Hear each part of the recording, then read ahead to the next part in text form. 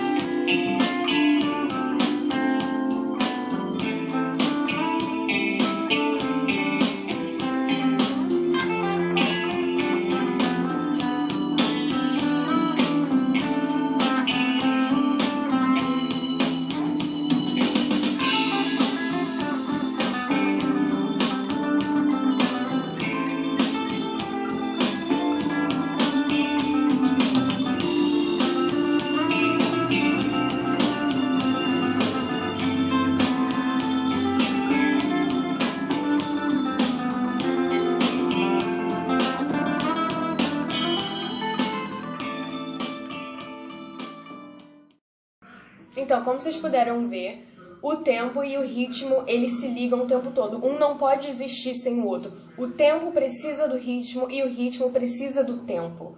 O tempo da música é o que faz a matemática da música, é o que faz você nunca sair do ritmo. Por isso que, às vezes, não sei se vocês já repararam, mas os músicos, as pessoas que são muito ligadas às músicas e que tocam, elas geralmente marcam o tempo com o pé. Não sei se vocês já repararam, mas elas ficam batendo o pé. E elas estão marcando o tempo, justamente para elas não saírem do ritmo. Outro exemplo também, todo mundo já viu em orquestra, aqueles maestros que ficam com seus palitos fazendo assim, e que a gente não entende porcaria nenhuma. Isso é o maestro marcando o tempo para que as pessoas da orquestra não saiam do ritmo. E o que é tempo e ritmo na atuação? Na atuação, o tempo é definido como a velocidade referente às ações de uma pessoa. Refere-se a ações físicas ou do discurso e da fala. E o ritmo, na atuação, é definido como a intensidade interna das suas ações no ambiente externo. Ou seja, é como você vai sentir aquilo que está acontecendo no ambiente externo. Ou seja, de novo, é como o externo vai influenciar no seu interno, como o que está acontecendo do lado de fora, no mundo externo, vai influenciar dentro de você. Ele começa dando um exemplo muito simples para mostrar na prática como que um ambiente externo pode afetar a maneira como você se sente. E o primeiro exercício que ele dá é o seguinte: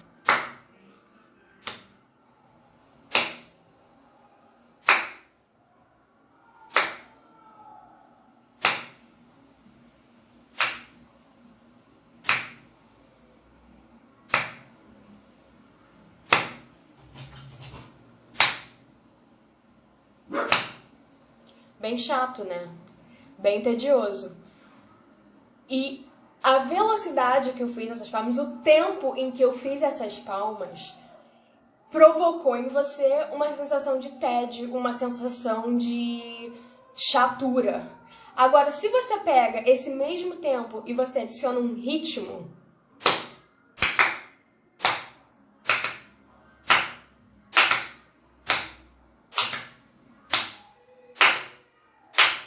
já te deixa mais Isso pra cima. É um exemplo muito simples de como o externo pode afetar no seu interno. Então, se você coloca um ritmo ainda maior, por exemplo, o clássico, que todo mundo sabe que pode animar qualquer pessoa, que é...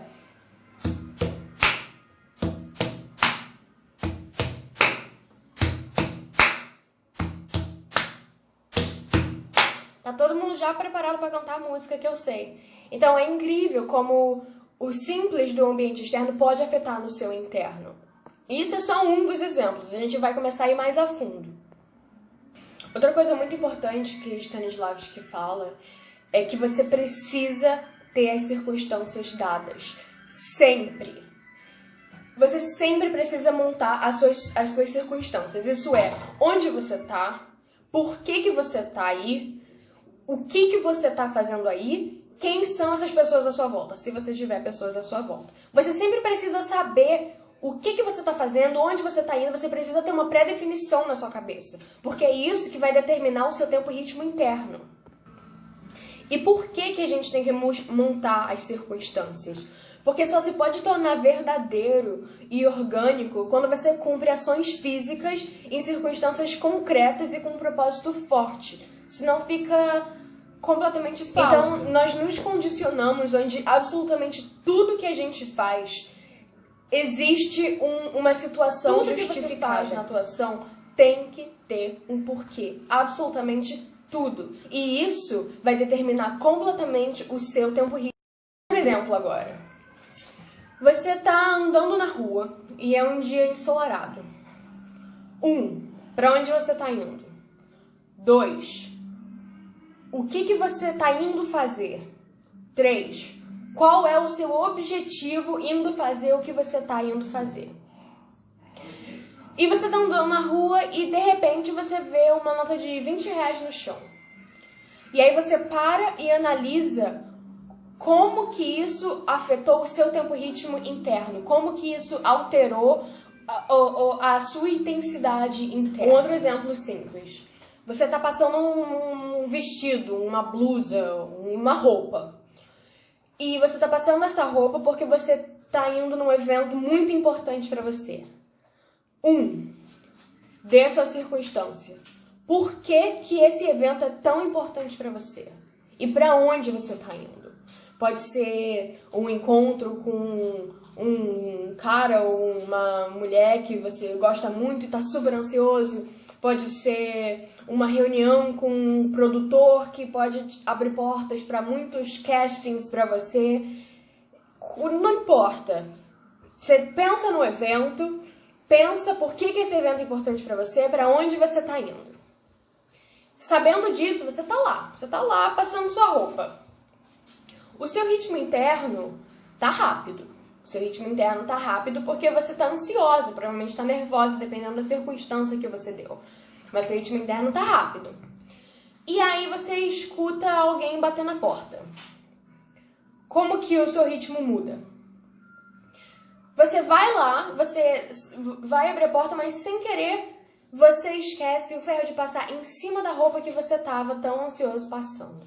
E você vai, abre a porta e não tem ninguém. Como que isso muda o seu ritmo interno de novo? Você volta para o quarto onde você estava passando a roupa e se depara com o ferro queimando a roupa que você tanto queria usar. De novo, como que isso vai afetar o seu ritmo interno? Como que isso afeta o seu foco, o seu fluxo de energia, o seu estado de espírito, tudo.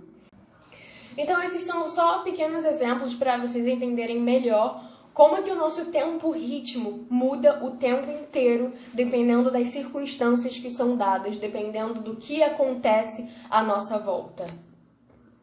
O tempo-ritmo, ele não pode ser evocado sem que se criem imagens mentais ou circunstâncias dadas, tá? Que nos acompanhem e que faça com que a gente sinta as tarefas que a gente está fazendo, as ações que a gente está fazendo.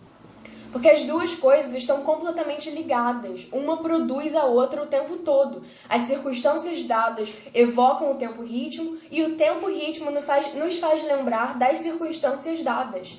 Então, uma coisa é completamente ligada à outra. Assim como na música o tempo e o ritmo é completamente ligado um ao outro e um não pode existir sem o outro, é a mesma coisa. Mas ele também introduz na nossa memória visual e mental imagens vivas.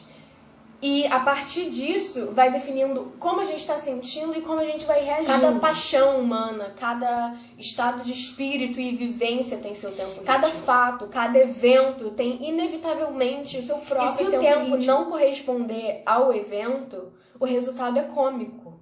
Por exemplo, imagina um rei e uma rainha, um casal real, né, correndo para fazer sua coroação.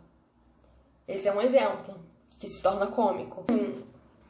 As ações são compostas de movimentos grandes ou movimentos pequenos, de duração e regularidade. A fala é a combinação de letras, de sílabas, de palavras curtas, de palavras longas, acentuadas, não acentuadas, e tudo isso marca o ritmo. Se os atores sentirem aquilo que eles estão fazendo de forma intuitiva e adequada, o tempo-ritmo correto vai surgir espontaneamente, vai surgir de dentro. E como eu falei já, isso tudo é impossível sem as circunstâncias dadas. É impossível sem as imagens mentais, sem as ideias criativas, sem as circunstâncias dadas em geral. O tempo-ritmo, ele não só pode levar os seus sentimentos e vivências corretas de forma intuitiva e imediata, mas ele também pode te ajudar a criar personagens. E o Stanislavski, ele dá um exemplo no livro muito legal, em que ele fala que o professor colocou um metrônomo em tempo lento. E aí esse metrônomo tá tocando e ele fala pra ele ir lá na frente e ele atuar de acordo com o metrônomo. Então, o que ele se vê ali? Ele começa a ouvir o metrônomo e ele vê o que o metrônomo faz ele se sentir. Então, como o metrônomo estava num tempo devagar, Ele disse que se sentiu como um mordomo. A circunstância que foi dada intuitivamente pelo metrônomo para ele, o que fez ele sentir foi como se ele fosse um mordomo de uma casa rica, assim, sofisticada. E aí ele aumenta o metrônomo. E ele deixa o metrônomo bem rápido. De repente, ele mudou. Ele já era outro personagem. Ele se sentiu como um garçom. E na pressa, e como estava muito rápido, ele fala que ele pensou, será que eu tô bêbado? Será que eu não tô? E ele começa a se sentir como um garçom, tendo que servir um monte de pessoas. Então, é muito legal como o metrônomo realmente pode te ajudar a criar personagens. Dá um exemplo, que eu vou dar um exemplo como se fosse eu. Ele fala um exemplo de um ator, mas eu vou colocar como atriz porque eu sou mulher. Eu sou uma atriz me preparando para entrar em cena. E eu tô repassando as minhas falas lentamente. E esse é o primeiro metrônomo, que tá lento. E ao mesmo tempo que eu tô fazendo isso, eu tô andando de um lado pro outro porque eu tô ansiosa. Esse é o segundo metrônomo, um pouco mais rápido. E ao mesmo tempo que eu tô me preparando para entrar em cena, lendo minhas falas lentamente e andando de um lado pro outro, e quando eu me acostumo com essas ações, eu incluo a terceira ação, que é o terceiro metrônomo, que é um pouco mais rápido. E ao mesmo tempo, enquanto eu tô fazendo tudo isso, eu tô vestindo e dando um nó na gravata num ritmo rápido, que é o terceiro metrônomo. Então você pode ter diferentes tempos e diferentes ritmos numa mesma situação. Como a Ana Bia introduziu no início, a gente tem o nosso tempo ritmo interno e o nosso tempo ritmo externo. E os dois podem ser completamente diferentes um do outro. E aí tem um exemplo muito legal no livro, que é o exemplo da cadeira, que ele fala assim, ele dá o exercício, né? Ele fala, você tem que estar com um tempo ritmo externo e interno diferente um do outro. Isso, e aí tem dois metrônomos rodando ao mesmo tempo. Um é devagar e o outro é muito rápido. E aí ele fala pro ator sentar na cadeira e só ver o que ele sente. E quando ele senta na cadeira e ele escuta o tempo ritmo devagar e o tempo ritmo externo, por quê? Por que meu tempo ritmo interno tá muito rápido? Aí ele começa a pensar, talvez eu matei uma pessoa, eu matei uma mulher, eu vim pra cá, pra sala de aula agora, e o corpo da mulher continua lá, e eu tenho que vir pra aula agora e sentar nessa cadeira e fingir que nada aconteceu e que ninguém pode perceber que eu matei uma mulher, então eu preciso me manter calmo o tempo todo. Então, no exercício, ele vai contando em como que internamente ele estava completamente afobado, completamente ansioso e desesperado, e como foi difícil esconder isso num tempo ritmo lento e ficar fingindo externamente, né? Ficar fingindo que estava tudo bem, que nada tinha acontecido. Stanislavski fala que era claro perceber a ansiedade interna dele, porque pelos movimentos dele, como ele mexia no rosto ou se ajeitava na cadeira, que era uma forma que ele estava tentando, claramente ele estava tentando esconder o que ele estava sentindo. Mas a questão você pode ter um ritmo interno e um ritmo interno sim, e não precisa ser o mesmo ritmo de dentro e de fora. Você pode ter tempos e ritmos variáveis internamente e externamente. O Stanislavski fala também que a psicotécnica é usada para estabelecer e justificar, em primeiro lugar, o tempo e ritmo externo e depois o interno, que é isso que vai ativar os nossos sentimentos, as nossas emoções reais. No geral, o que o tempo e ritmo faz, ele ajuda os artistas a viver e a controlar o aspecto interior dos seus papéis, né? E um exemplo que ele dá